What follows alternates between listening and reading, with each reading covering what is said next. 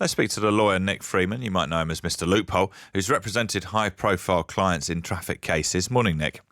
Good morning, Rick. How common are these one-to-one speed awareness courses? They're not common. They're in the tiny minority of cases, but they do happen for the right sort of cases. The reason they happen is that these courses are designed to make us better drivers, to make us more aware of the highway code, the rules of the road. And what the course providers don't want is somebody who's going to be a distraction to the attendees on the course. So sometimes you actually get a course contacting you when you have a high-profile client, asking you if the client will be happy to do a one-to-one. So it's in everybody's interest. So there's nothing particularly unique about it. There's nothing improper about it. That's not to suggest in any way that Suella Braverman shouldn't have actually spoken to her civil servants about it. I'm not suggesting that she did the right thing in doing that. What she should have done is instructed a lawyer to do it for her, and then there would have been confidentiality, privilege, and we wouldn't be having this conversation now. And which way does the request normally go then? Is it normally the course provider will go to the individual and say, we would rather you did this one-on-one? Or does the individual say, I think I should do this one-on-one? Or is it both? Well, it can be both, or it can be the lawyer's suggestion. In my experience, the course provider has come to us, or the client has suggested it, or we've discussed it with the client and thought it would be more appropriate for the client. So I would say that the course provider won't go to the defendant. The course provider will come to the lawyer if he knows the lawyer is acting. But this, of course, in this particular case, she was Home Secretary at the time of the offence. She was, Attorney General at the time of the offence, Home Secretary now. I think the course provider has probably rightly decided that it would not be in the public interest for her to be able to hide behind her potential anonymity. And, as she's committed an offence of speeding, she should not shame her, but she should experience what other people experience. And that's probably the view they've taken, because the request was made and it was declined.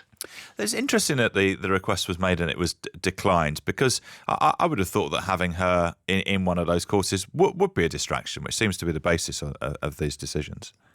Well, you don't know what view politics has in this, that this is a political hot potato, isn't it? And I think certain sides are maximising the political potential here.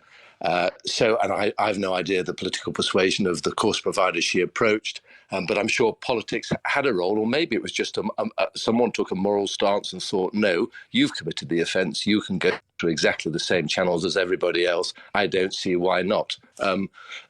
I just don't know what was behind the thinking, because it wasn't me who made the approach. And I think the initial approach, to be fair, was made on the basis of, can I use a nom de plume? Which, really? is, okay. Yes, I believe so. Can I use a different name? Yeah, which would have been a ridiculous thing, because people would recognise her face. She's a very well-known figure in public life, and with a different name in her face, that would have even been more embarrassing. In my view, what she should have done is come out right at the start and said, I've been very foolish, I've committed an offence of speeding, I'm ashamed, I want to learn to be a better and safer driver, and I'm going to do a speed awareness course.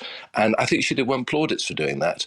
But in fact, this is a reverse situation now, and it's spiralling out of control. But in principle, asking, making the inquiry, is it possible for me to do a one-on-one speed awareness course, is not unreasonable. It's not unreasonable. It's not improper. It's not unlawful. She should have probably done it herself or got a lawyer to do it, but certainly not asked civil servants to do it. Have you ever had a client who's suggested going in with a pen name? No, absolutely not. These people are so well known. We're talking about people who are recognised throughout the world, so it would be absolutely ludicrous. And, the argument then is, first of all, if you're going to use a nom de plume, you've got to have a driving licence that relates to the nom de plume. It's complicated, isn't it? Yeah. Well, it's not complicated. We're actually talking about potentially perverting the course of justice. So it's an absolute no-no.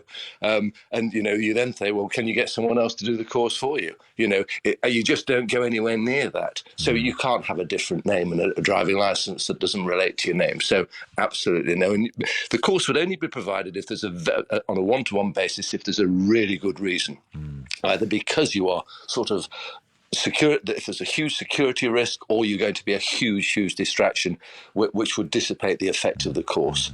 And they're really the only two circumstances that I can see. And certainly in my experience, the people that I've arranged the courses for have just been basically world-renowned sporting celebrities who would have provided a huge distraction.